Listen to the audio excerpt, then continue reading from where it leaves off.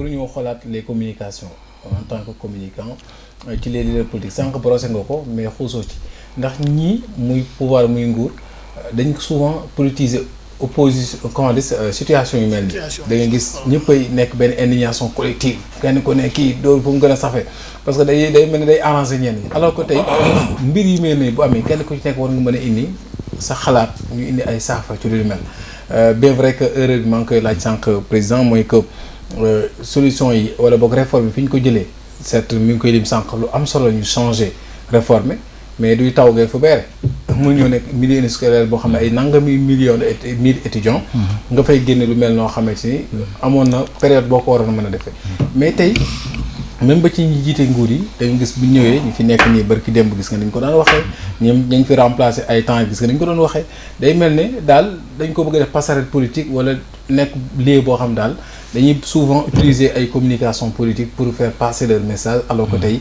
mbir yi am na neneen nuñ ko waroon a mën a saafara. waaw Abdou question bi nga wax noonu dafa am solo d'ailleurs même def naa si benn texte di kii bi nga xam ne peut-être l'idée générale même mën na kii noonu mooy parfois nos hommes politiques ou bien les hommes politiques leur position day dépendre selon l'intérêt bi ñuy tirer ci situation bi. juste un exemple mooy bi fi régime Macky Sall bi nekkee bi affaire bu mel nii su amoon da ngay gis koo xam ne day nekk si régime naan la force restera à la loi ñooñu tey ñoo ñëw naan la li xew université c'est pas normal déclaration ba sax taxaw foofu. voilà donc c'est ça léegi nga gis ki nekk tey pouvoir aussi ki doon naan les étudiants n'ont que leur pierre pour faire face aux forces de l'ordre kooku moo lay doon naan la zéro tolérance c'est-à-dire après foofu laay waxee ne man fan la cohérence bi féete en fait si côté communication da nga wax gis nga man damay naan à chaque fois et man j'aime bien loolu tax man j'aime cette maison parce que sooy ñëwee da ngay jàng j'aime bien le raisonnement du juriste c'est-à-dire da ngay def def gauche def droite les deux camps ku nekk lan mooy kii yam c'est-à-dire looloo tax man ma ne gis nga le ministre de l'enseignement supérieur qui parle de l'âge d'un étudiant il est juriste mu ne l'âge d'un étudiant mu ne parmi ceux qui dirigent les étudiants, il y a quelqu'un qui est âgé de 31 ans. Juridiquement parlant, est-ce que c'est un délit? Non. Donc, est-ce que ça intéresse les Sénégalais? Tu peux avoir 60 ans à c'est ça. l'université. Et j'ai écrit un texte, le même ministre qui dit ça, il est dans un régime où il y a un député, quelqu'un qui a 90 ans presque. Donc l'âge n'est pas un crime. Au moins, on doit même encourager quelqu'un qui est âgé de chercher la connaissance. Non, c'est-à-dire, il est âgé de 31 ans, virgule, il n'est pas étudiant. Dans ce cas, sanctionné. Mais il est étudiant, donc il est légitime. Et même dans les textes de l'université. On doit l'encourager même à étudier. C'est ça en fait. Cette information-là, lan la amal sénégalais. C'est comme le théorème de Pasqua. Quand on est emmerdé par une affaire, il faut créer une affaire dans l'affaire. Et si nécessaire, créer une autre affaire dans l'affaire jusqu'à ce que personne ne comprenne plus rien. C'est-à-dire, c'est ça le madame communicant.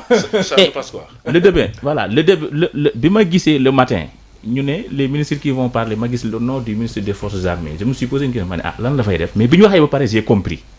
Il a été tellement sage. Tout le monde a apprécié. Non. Et l'autre, ils l'ont mis en dernière.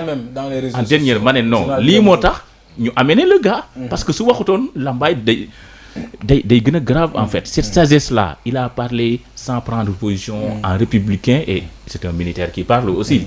Et c'est l'autre là. J'aimerais bien quand un ministre parle. L'affaire Madiambal Bimkhewe. Automatiquement, on a sanctionné des personnes en attendant l'enquête. Dañoo dindi ki nekkoon AIBD, dindi ki nekkoon à la DIC, je pense. Mais lan moo tax fii nii on n'a pas pris des mesures yoo xam ne. et pour réconforter la sax même erreur yooyu la ñuy def ci bourse ci université parce que gis nañ ne nit étudiants yi dañuy xeeb benn cause rek ñu jël wàññi leen lekk ga fee wala yokk leen xaalis bi fee. voilà pour fay mbir ma te fekk na li mu wax sànq am na yeneen cause gën a profond yoo xam ne war nañ ko mën. par exemple on évoque aspect financier wala gars sanctionné nit. alors que y a des choses c'est ça en fait c'est-à-dire le problème de l'université le problème qui me tient plus à cœur c'est le problème du calendrier universitaire parce que problème mu bourse yi ñuy wax retard yi la plupart du temps calendrier bi mooy ñëw. demal par exemple sama mbokk les juristes. les lenteurs administratives. c'est ça da ngay mën nga dugg fac droit nga gis étudiant boo xam ne dañu nekk si kii day nekk année universitaire 2023 2024 kii nekk 2024 2025 si même université bi mais système LMD bi aussi. donc c'est ça le système LMD aussi loolu moo tax man il faut que ñu réformer. gis nga étudiants yi ba ñu réformer de gis nga mon doyen soo xoolee yéen li ngeen doon inscrire c'était moins cher que li ñu inscrire léegi. ku mun na nangu yokk sa inscription. Première année ba troisième année c'est presque 25 000. Mais avant c'était moins que ça. Donc les étudiants ont accepté parce qu'il y a des réformes qui ont été faites. Et que li gën a garaaw aussi ci bourse yi pas loolu sax bourse yi pourtant bi muy gën a moins cher les tickets yi gënoon a cher bi muy gën a moins somme bi le ticket restaurant yi gënoon a cher. Donc c'est ça loolu moo tax ma ne beaucoup plus cher. waaw loolu moo tax il faut communiquer. avec une bourse de 25 000. waaw xam nga dafa am loo xam ne bon parfois. wax nañ ko léegi le privé gis nga tey suba soo taxoon université Sénégal yëpp. nga ne kan moo bëgg a dem dans le privé. kenn du fa des. les étudiants ñu bëri dañuy dem université malgré eux.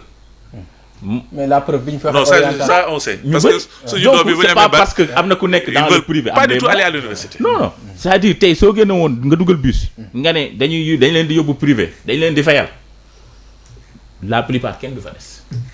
parce que da ngay nekk dans des conditions yoo xam ne tey soo jëlee un étudiant bu nekk à la faculté de droit mu war a jógee Kër Mbaye Fall chaque jour di jël Ndiaga Ndiaye di ñëw mais yow balaa ngay yegg si sax psychologiquement tu es atteint et fac droit je parle sur le contrôle d'usure yow soo dugg à l'université 6 heures du matin pour nga dugg si amphi bi. ça c'est appris. léegi condition yooyu noonu looloo tax foofu la li nga wax noonu man je le comprends te balaa nga koy xam nga dugg dans le monde professionnel. c'est-à-dire orgueil université bi ngay ñëwee c'est-à-dire yow pour yow koo jàkkaarloo sa collègue tu es plus fort que lui. C'est vrai. Man parfois ça m'arrive man damay naan quel que soit man bon damay c'est bon am na parfois je discutais avec un ancien mu ne ma dama koy naan man dama am un défaut ku ma jàkkaar lool damay naan je suis plus intelligent que toi mu ne ma c'est pas un défaut l'essentiel kañ lay nekk défaut mooy quand tu le dis ou bien quand soo koy montrer. Parce que ça te pousse à se surpasser. Parce que xam nga la tu traverses des conditions yoo xam ne da lay forcer. Et wax na ko gis nga li mu wax léegi si naka ngay jaamoo sa professeur. Man le professeur Ndéné Mbodj. Actuel directeur du cours. Tey woon na ma en philosophie ancienne et médiévale. Le maire de l'actuel maire de Thiès. Babacar Diop moo ma tey woon en philosophie moderne. Docteur Babacar il fait partie des professeurs yi ma gënoon jege. On discutait souvent su ma ñëwoon gisoon mu ñu damay ñëw téye saakam. Certains étudiants dañu naan non kii moo ñàkk fayda mais dafay ñëw ne ma tu lis ça. Mais c'est dire ça loolu la digal. C'est ça tu lis ça tu fais ça. Parfois daf may gis ne ma tu n'as pas le droit de faire ça. Merci beaucoup. Tu vois et man j'avais cette sens d'être très proche de mes professeurs. Et looloo tax vu que damay jege woon yenn dirigeants yi suñu def dama leen ne ça c'est pas la méthode. Man quand je dirigeais l'amicale des élèves étudiants de Gandiaye sama commune.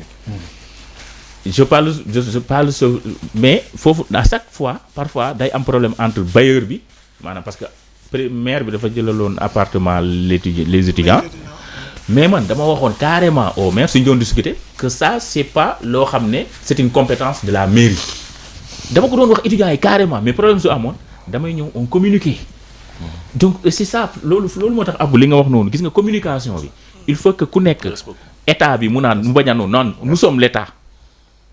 Zéro tolérance étudiant bi aussi moo xam ne référence yi kii ñu bañ a xalaat seen bopp mais aux générations futures. Machallah on ne doit pas continuer dans si côté boobu noonu parce que wax na léegi les franchises universitaires. Je suis d'accord le campus social ne fait pas partie des franchises universitaires mais le fait que le campus social ne fait pas partie des franchises universitaires que un peu policier bi mën na def lu ko neex mën nga ne comme point E par exemple.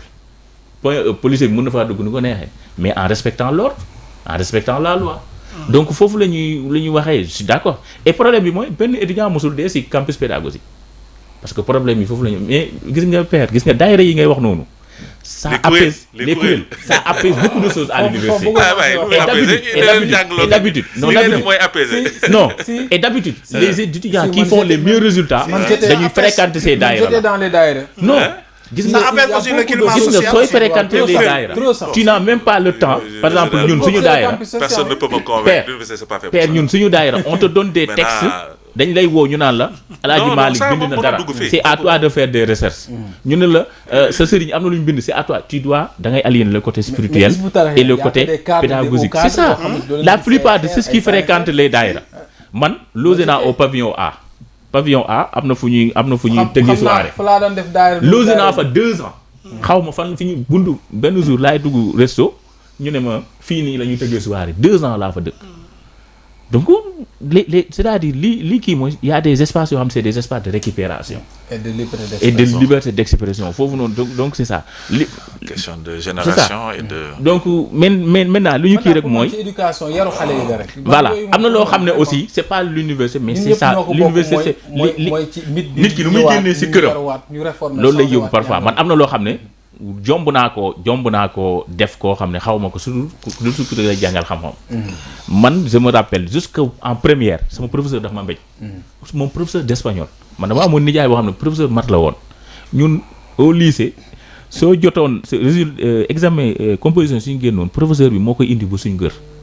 en première on faisait un devoir ba pare ma pare je discutais mais professeur daf ma mbéj et imaginez en première au lycée ñu mbéj la. waxuma ba léegi waxuma parce que professeur lan moo tax mu def ko parce que il se met à la place de mon parent. donc loolu tax man bi ma jógee foofu. ba léegi châtiment corporel faut pas l'encourager aussi. non waxuma dañ koy encourager mais li may wax foofu mooy. le respect. voilà le rôle d'éducateur. maanaam xam nga léegi dañuy enseigner rek. c'est ça en fait. l'enseignant da ngay enseigner. éduquer c'est ça c'est-à-dire mais léegi dañuy dispenser les cours rek mais on éduque pas comme li wax ci kër rek dañuy yafal mais yaratuñ. voilà. foofu laay lancer un appel gis nga jàng ko sooy wut xam-xam ki lay jox xam-xam da nga koy def un mythe foofu noonu su waxee tuuti da ngay am envie découvrir man j'aimais tellement lire je discutais tellement avec même le cas de Souleymane Bassir un jour je termine sur ça c'était en 2018 le colloque international sur la violence bi mu jëlee parole ba pare man en tant que philosophe de formation je suis très critique ma commencé jël ñu bëri ba ñu waxee c'était dans le sens bi mu abordé mais quand j'ai commencé à parler ma jël le côté gauche mu may xool mu ne ma vas-y mu may encourager kii quand on a fini dafa ma woo et ça m'a tellement ça fait partie sama discussion yi ma gën a marqué. am na solo donc c'est ça. donc nañ bañ a tour lépp mais on discute. am na solo loo bëggoon a compléter sànq. waaw man li ma bëgg a compléter rek mooy wax na ko sax moom. xam nga ki lay jox xam-xam moom da nga ko war a tarbiyu bu baax comme ni ko sama collègue bi waxee léegi sama co-débatteur bi waxee léegi mais aussi ba ma bëgg a souligner benn affaire rek benn kii la mooy képp koo xamante ne si aussi réer la na fa bagage mu dem si le lieutenant Ndong moo nekk point 1 am na ay portable yu bëree foofu dañ ko ramassé mais seen borom bi ñu ñëwee bi ñu jëlee seen empreinte rek ku ñëw rek bu tegee empreinte bu fekkee yaa ko moom bu tijjee ko rek yow yaa ko moom mu jox la moom leen naan donc moom mi ngi siy def travail extra non ñoom duñ def loolu vraiment leen naa moom c'est bien à préciser oui parce que loolu mën na nekk base de données pour am accès ci yenn affaires yi aussi waaw parce que ñu si bari aussi dañ pertoon aussi seen machine bu ñëwee dañ leen koy jox bu leen ne yéen ko moom ñu ne waaw ñu jox la nga dugal mot de passe bi mu tijjeeku ñu xam ne kii yaa ko moom ñu xool fond d'écran yëpp ñu xam ne yow yaa si nekk mu jël ko defal la décharge jox la nga dem te yooyu noonu ay action yu am solo yoo xam te si aussi dañ ko war a wax parce que kooku moom moo gérer arrondissement bi mooy liy naan Ndong benn femme bu baax la boo xamante ne si aussi mi ngi jàppale aussi étudiants yi aussi di leen ñaax si aussi tamit ñu dal am na solo parce que ñun wax fa dëgg yàlla du ñu woo kenn nag si violence wala du ñu acté kenn si ay violence mais aussi tamit am na loo xamante ne si trop c'est trop maintien de l'ordre dafa am góor gi da nga daan wax balaa ngay solol nit ki tëni nga xool ay jikkoom xool ay kii yoon ba xam méngoo nax loolu formation bi may wax rek waaw mooy formation bi parce que loolu aussi dafa am solo gars yi dañ koy fàtte toujours que jëfee les actes yi ngeen di gis gars yi di ko def les FDS di ko def da naan kii ndax est-ce que moom jaar na formation wala déet imagine un étudiant taxaw yow nga jël grenade dul ko si boppam nga jël pompe à gaz pompe ko est-ce que kooku def na formation. nga jël sa casque mosu la dóor brodequin. waaw ay brodequin. man policier mosu la dóor brodequin ma ne ko mais yow mu ne ma non ça fait partie.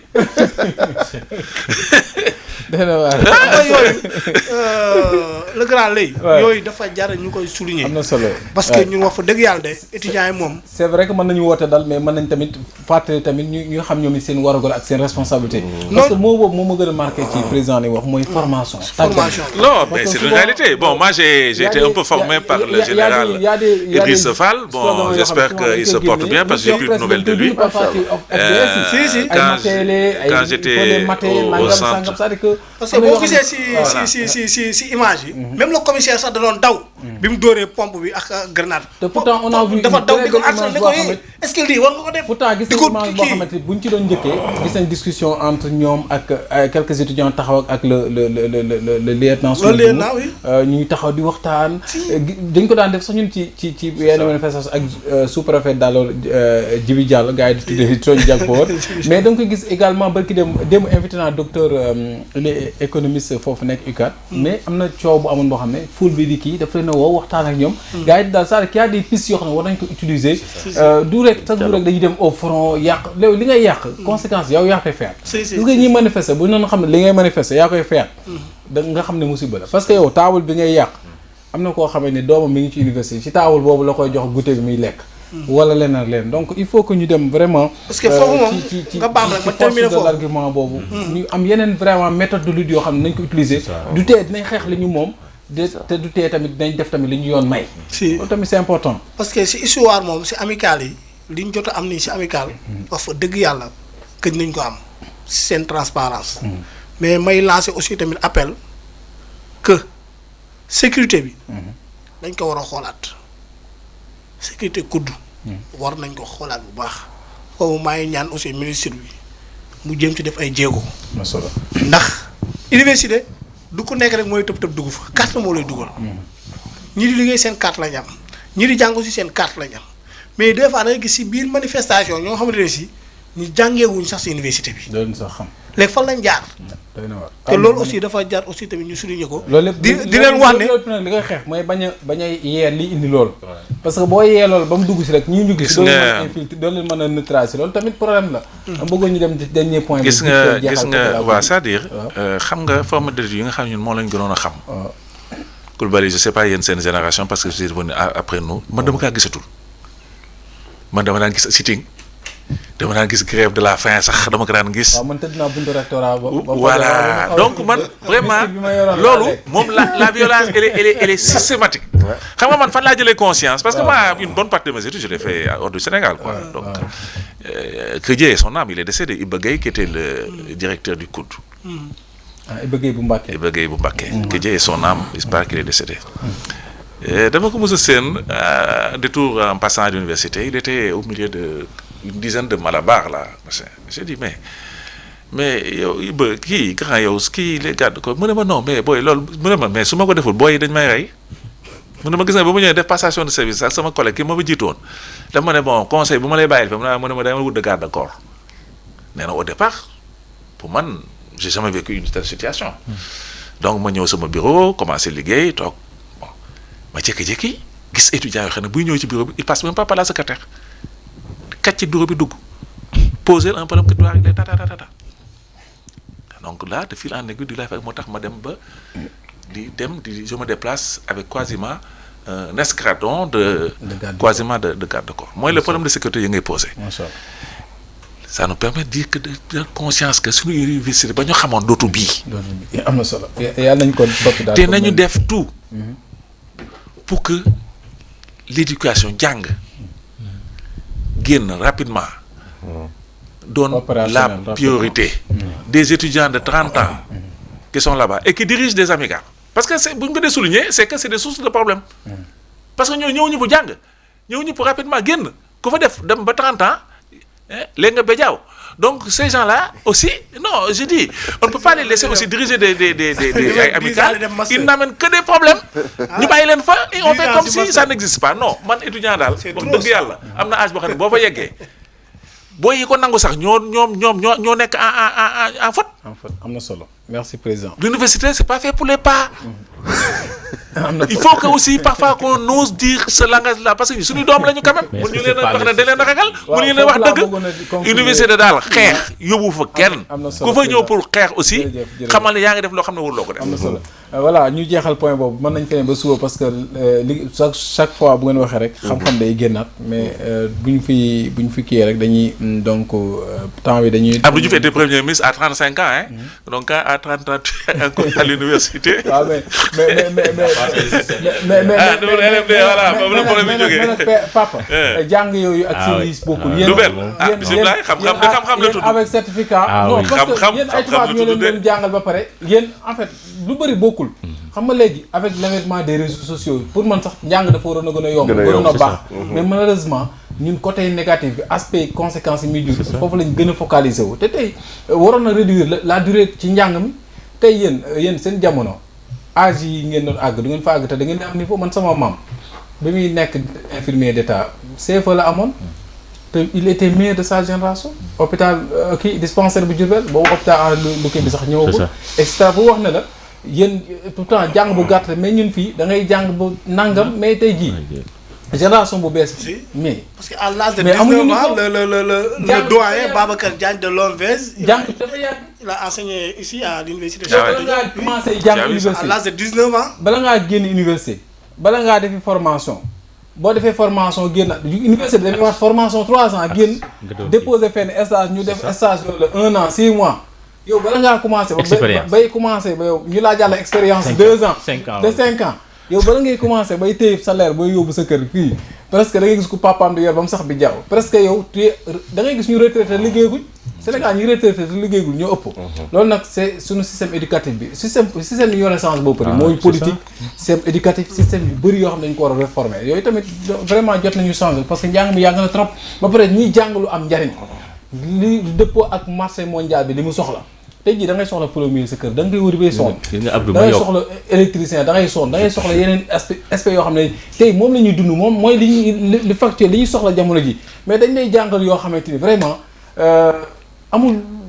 Juste un instant, en 2018 j'avais écrit quelques propositions ma ne pourquoi ne pas faire des réformes c'est-à-dire on commence la spécialisation à partir du BFM c'est-à-dire il y a certains yi nga xam ne ils viennent à l'université malgré eux am na ñoo xam dañoo bëgg a doon ay de formation professionnelle donc dañ ko def mais gis nga balaa nga université gis nga xoolal élèves yi def terminale lan lay jàng première guerre mondiale deuxième guerre mondiale guerre froide loolu noonu c'est-à-dire nga tiim tey soo génnoon nga tiim un jeune sénégalais quel que soit son niveau li mu lay wax si xam-xam da ngay naan non le gars il est extraordinaire mais dugal ko si entreprise donc c'est foofu la kii yooyu noonu la ñu war a attaquer. am na solo merci beaucoup en tout cas amoon na solo ma ciy profité di rendre hommage sama professeur da nga wax sànq rek mythe bi sama xel dem ci ndeysaan maa ngi ko rendre visite temps yi ñu ngi ko nommé directeur de la promotion des pôles urbains de Diamniadio moom ma yoroon AG ci génération njëkk a yor laa bokk fe dafa ñëw ci classe bi rek mu ne ma ñu wax mu ne